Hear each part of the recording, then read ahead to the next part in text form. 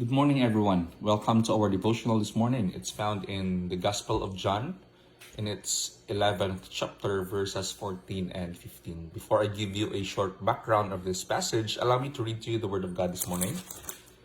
It says here, "Then said Jesus unto them plainly, Lazarus is dead, and I am glad for your sakes that I was not there, to the intent ye may believe. Nevertheless, let us go unto him." Sa sining passage, Lazarus was very ill, and Jesus was 2 days away from Lazarus. So Mary and Martha, ang mga sisters ni Lazarus, sent a messenger to inform Jesus that he whom you love is ill. Now that's referring to Lazarus. Now with the hope that as soon as Jesus would get the message, si Jesus mag-rush home, or kung hindi man si Jesus magpulit dayon, just like the centurion, Jesus can just say the word and it will be done. Gina-imagine ko si Mary kag si Martha sitting beside their sick brother, siguro ginatapuhan nila forehead, comforting him with the words nga, "Don't worry, any moment Jesus will be here. Jesus received the message by now. He will do something." But as days passed, Jesus. Lazarus died. Lazarus was buried. And Jesus was kind of late. Utod sa Ginoo, is there a moment in your life when you thought God to be some kind of late? No, ano gid kay importante ang 1 second? Ask a runner nga nag-finish second place. Ano gid kay importante ang 1 ka minuto? No, you ask a traveler nga na-miss niya ang last trip. Ano gid importante ang 1 hour? Ask a businessman nga na-miss niya ang iyang flight going to a meeting. Ano importante ang 1 day? You ask a kid nga napatay ang iyang mother for cancer. You ask ano importante ang 1 month? You ask a pregnant woman nga nagbata siya prematurely. Ano importante ang 1 year? You ask a college student nga na-fail sa iyang subject. In the Word of God, God often keeps people waiting. He made Joseph wait in the prison cell for 10 years. He made Moses wait in the wilderness for 40 years. He made Abraham wait. The childless Abraham, naghulat 100 years. So, maybe ikaw, bilang tumulo bilang Kristohanon, may mga things ka man na ginahulat halin sa Ginoo. 3 months na nga nag-go on ang aton battle with COVID-19. And until now, wala pa gyapon sang bulong. Maybe that is one of your prayers. Isa na siya siguro sa mga butang nga nag-cause ng worry sa imong tagipusoon. And sometimes siguro you are tempted to think na Ginoo nga late ikaw man, nga kadugay sa imo mag-act. In just a snap of your finger, pwede mo gid Ginoo i-answer dayon insigida ang akon pangamuyo. Pero nga wala mo na ginahimo. Maybe you are telling God, you could have prevented my mother's death. You are Jehovah Rapha. God, you could have provided for my education. Nga wala mo ginhantag. You are Jehovah Jireh. Maybe you're not questioning God's capacity to do it. Ang imo yung siguro gina-question is, Ginoo nga wala mo ginhimo. When you have all the power to do it. So the lesson na gusto ko lang ibilin sa aton tanan this morning is, when God seems late, trust Him in the meantime, for God is seldom early. When God seems late sa pag-answer sang aton prayers, when God seems late sa paghatag sa aton sang deliverance, what are we going to do? The reasonable thing to do is trust Him in the meantime, for God is seldom early. 3 lang ka lessons ang gusto ko nga ibilin sa aton on how to handle God's seemingly delays. Number 1, when God seems late, trust that He knows what is going on. When God seems late, trust that God knows what is going on. O duwa lang ka lessons under sini. Number 1, when God's delays do not mean that God is not aware. Ang mga delays ang Ginoo, hindi niya nagabuot silingon nga ang Ginoo hindi aware sang aton circumstance. Look at verse 3. They sent a word to Jesus Christ, telling Him, "He whom you love is ill." What is interesting is the messenger did not even have to mention Lazarus' name. Automatically si Jesus nakabalo na nga si Lazarus na inibot sa lingon sini. Verse 6, Jesus stayed 2 days longer in the place where he was. Now during this time, Lazarus already died. Patay na si Lazarus this time. And the disciples did not know. Plus lakabalo nga si Lazarus, patay na. In verse 11, abi sa mga disciples nga si Lazarus nagatulog lang. Kitungod yun lang ba si Jesus nga Lazarus is asleep. And mapuli kita to wake him up. Jesus knew exactly that Lazarus was dead during that time. You know, God seemingly delays and seemingly uncooperation sa aton circumstances would sometimes lead us to question God's awareness sa aton present circumstance. Worst, it makes us question sang very existence ng Ginoo. But regardless of what you are going through, beloved in the Lord, regardless of what you are going through, God is in total awareness of what is going on sa imo kabuhi, kitsa sila nga kalibutan. God's delays do not mean that God does not care.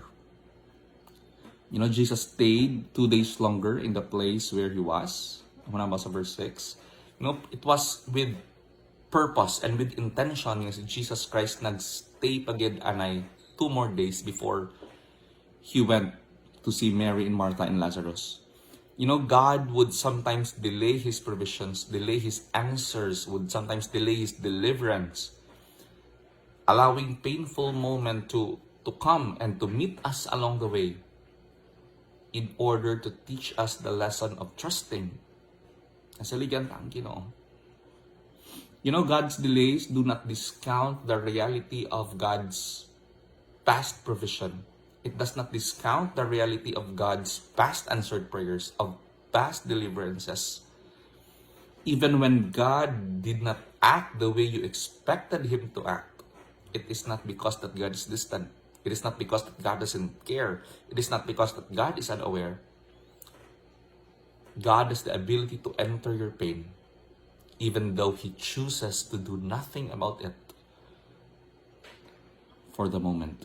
You know, God sees and knows what you are going through. Kabalogin ang Ginoo. Your sleepless nights, your family struggles, your worries.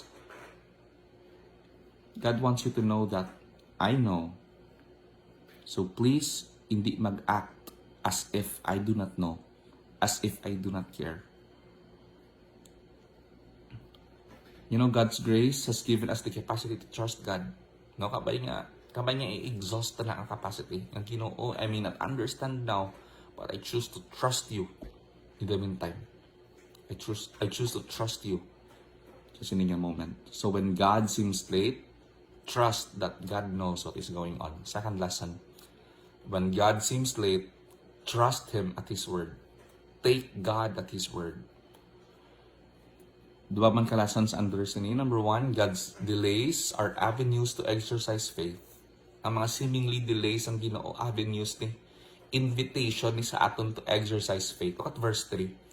The sisters sent a word. This is an act of faith. This is an act of faith on Mary and Martha's part. Kay kabalugid sila exactly kung sino ang makabulig sa ila. So they sent a word to Jesus.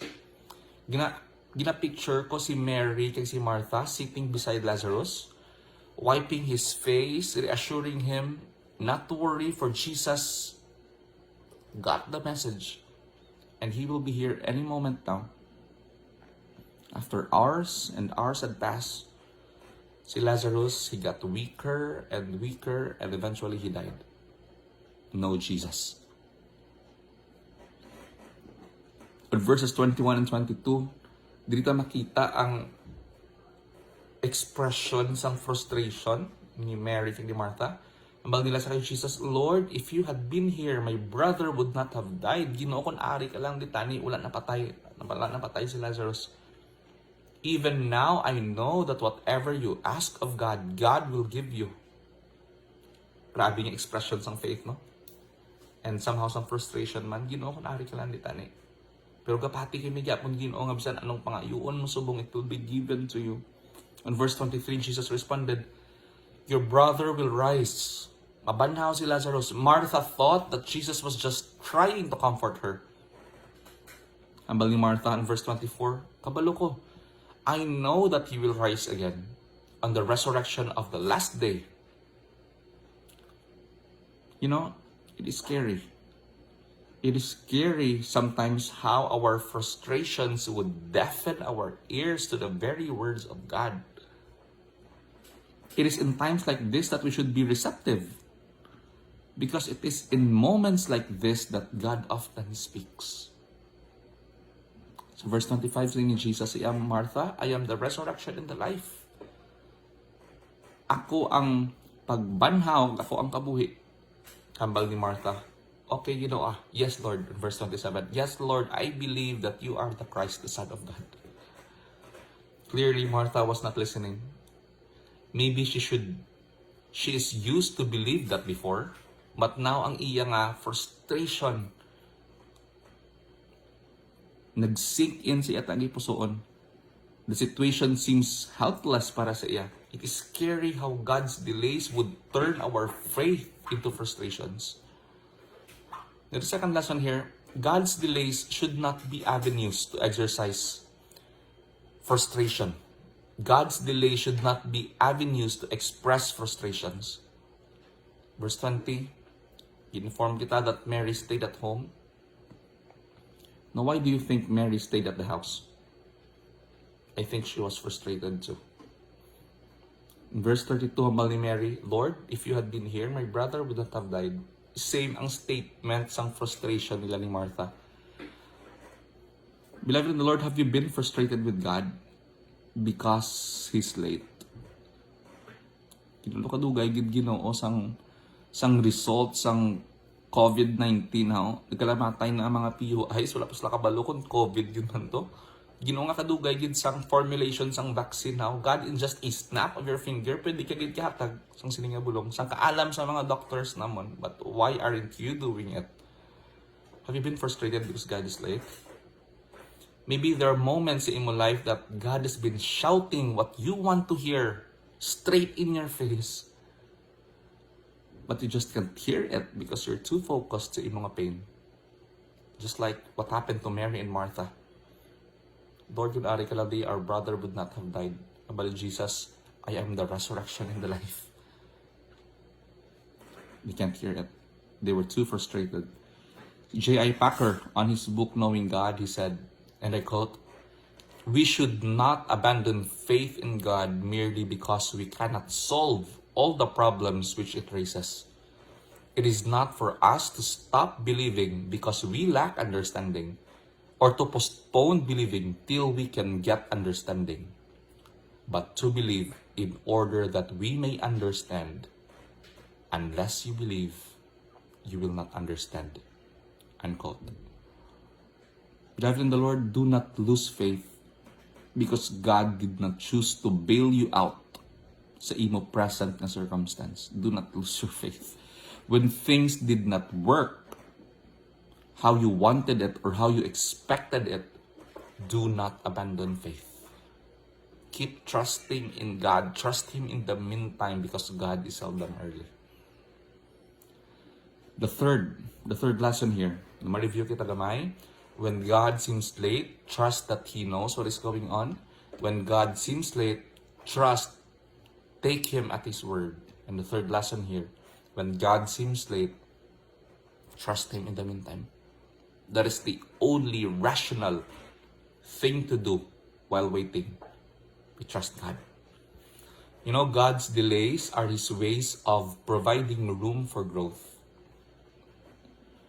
In verses 7 to 8, after 2 days, Jesus told His disciples that He will go to Judea. But they reasoned with Him. Sila nila, Ginoo, bago ka lang to gintinguan niya patsyon sa mga Hudiyo, subong mabalik ka naman to. And verse 15, hambali Jesus, and I was glad for your sakes that I was not there. He was referring to Lazarus' death. So that you may believe. But let us go to Him. Does this mean that God did not do anything purposefully, allowing Lazarus to die for their benefit? Yes. Sometimes God would choose to do nothing about our present circumstance so that we will have the chance to grow. Verse 39, pag-abot na ni Jesus dito sa tomb ni Lazarus, hambali Jesus, remove the stone. Gusto yung makita ang dead na corpse ni Lazarus. But Martha said, Lord, by this time, there will be a stench. Ginobaho na ni. For he has been dead 4 days. Imagine, they sent a word while masakit pa si Lazarus. Nag-abot si Jesus 4 days na nga patay si Lazarus. You know, in the first century, they believed that in the period of 3 days, the soul of the dead man is hovering its body until the face starts to deform. Then the soul will realize that it cannot inhabit the body anymore. Amo naglaing belief nila sa first century. Nya, after mapatay ang taho, ang iyang kalag, aral lang nagalibot-libot sa iyang body. Until nga ang face sang patay would deform. Kag laga-deform na siya gali after 4 days. Then the soul will realize na hindi ina ni pwede balikan. So it would be impossible now for resurrection. Habali Jesus on verse 40. Did I not say to you that if you believe, you will see the glory of God? This leads us to our second lesson. God's delays are not just ways to provide avenue for growth, but God's delays are His ways of showcasing His glory. Verses 39 to 42. Meaning, Jesus, this whole thing is about you. This whole story is about your glory. This whole thing is about whether or not we will trust you even when things come to worst. You allowed your friend to die. You allowed your friends to grieve so that we will learn something about your glory. Yes. The answer is yes. Verses 41 to 42, we can see Jesus' prayer. Father, I thank you that you have heard me. But because of the people standing around, I said it, so that they may believe that you sent me. In verse 43, Jesus said, Lazarus, come forth. Grabe. Hindi ko ma-imagine ang scenario sa sininga time. Jesus purposefully arrived 4 days late. Kitungod yung may pagpati sila gali sa first century. Niya after 3 days kila patay na ang tao, that it would then be impossible for that person to be resurrected.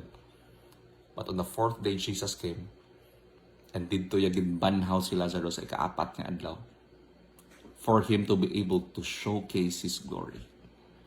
Beloved in the Lord, in this battle with COVID-19, sometimes God would purposefully delay sa iyang answers, so that when God intervenes, there would be no denying that it is God's doing. There would be no stealing sang glory from God. No doctor can claim nga ako ginto. And all of us can fix our eyes on God and say nga, Ginoo, it was you. You deserve the glory. You deserve the praises. So as we end, why doesn't God do something about certain circumstances? God would sometimes allow the circumstance to reach its most unlikely situation so that you will have the chance to grow in trust. To grow in trust.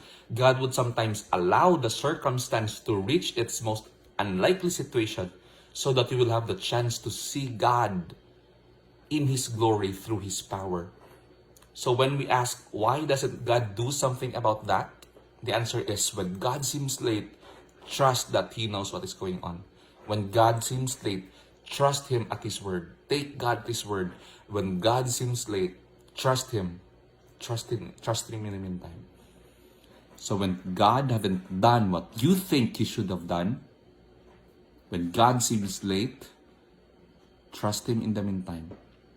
Because God is seldom early. Beloved in the Lord, may God's word comfort us in this trying moment.